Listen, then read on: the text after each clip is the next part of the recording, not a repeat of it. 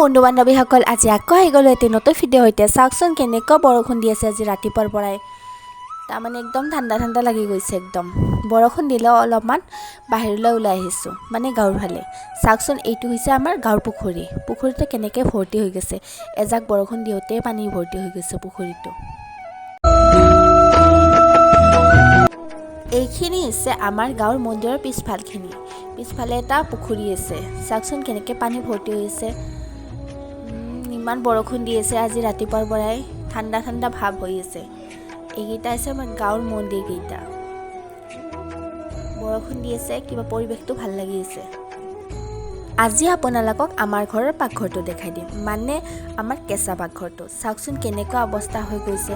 দুদিনমান বৰষুণ দিলে ইয়াত থিয় দিব নোৱাৰা অৱস্থা হৈ যায়। চাওকচোন চাৰিওফালে বেৰবোৰ খহি পৰিছে। একেবাৰে বান্দৰৰ উৎপাতত এইবোৰ হৈছে। চাওকচোন ওপৰৰ পৰা পানী পৰি আছে। তলত এটা ইটা দি থৈ দিছোঁ, যাতে বৰষুণৰ টপালটো আহি ইটাটোত পৰে আৰু মাটিটো খান্দিব নোৱাৰে। তো এইবোৰ হৈছে আমি গাঁৱলীয়া দুখীয়া মানুহৰ জীৱন। তথাপিতো আমি ইয়াতেই সুখী, ইয়াতে ৰান্ধো বাঢ়ো খাওঁ। তো এইটো হৈছে আমাৰ পাকঘৰ। তো চাই থাকক।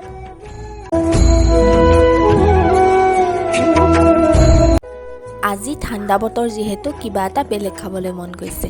তাৰ বাবে কেইটামান আলু সৰু সৰুকৈ টুকুৰা টুকুৰি কৰি কাটি বইল কৰি ল'লোঁ।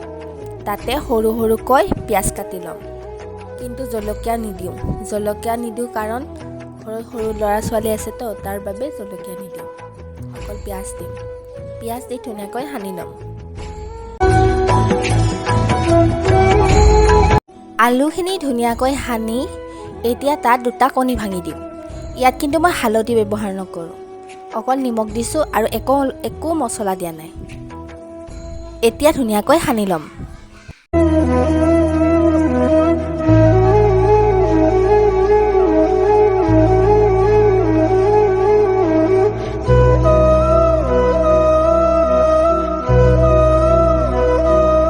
এতিয়া চাওক ধুনীয়াকৈ গোটেইখিনি মিক্স কৰি ল'লোঁ। ইয়াত হালধি আৰু বেলেগ একো মছলাই ব্যৱহাৰ কৰা নাই, অকল পিঁয়াজ দিছোঁ আৰু নিমখ দিছোঁ। এতিয়া কেৰাহীত তেল গৰম হোৱাত এখন চামুচেৰে তাত সৰু সৰুকৈ দি ল'লোঁ ভাজিবলৈ। চাবচোন কি ধুনীয়া এটা কালাৰ আহিব। হালধি বা বেলেগ মছলা নিদিলেও কালাৰটো ধুনীয়া আহিব।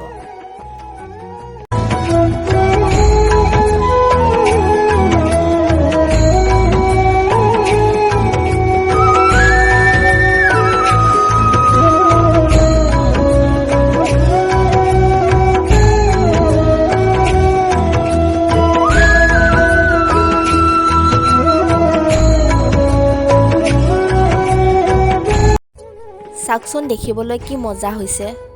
হালধি নিদিলেও ধুনীয়াকৈ কালাৰ এটা আহিছে, ৰঙচুৱা হৈছে। তো এবাৰ নিশ্চয় ট্ৰাই কৰি চাব। তো আজিলৈ আহিলোঁ, বাই বাই।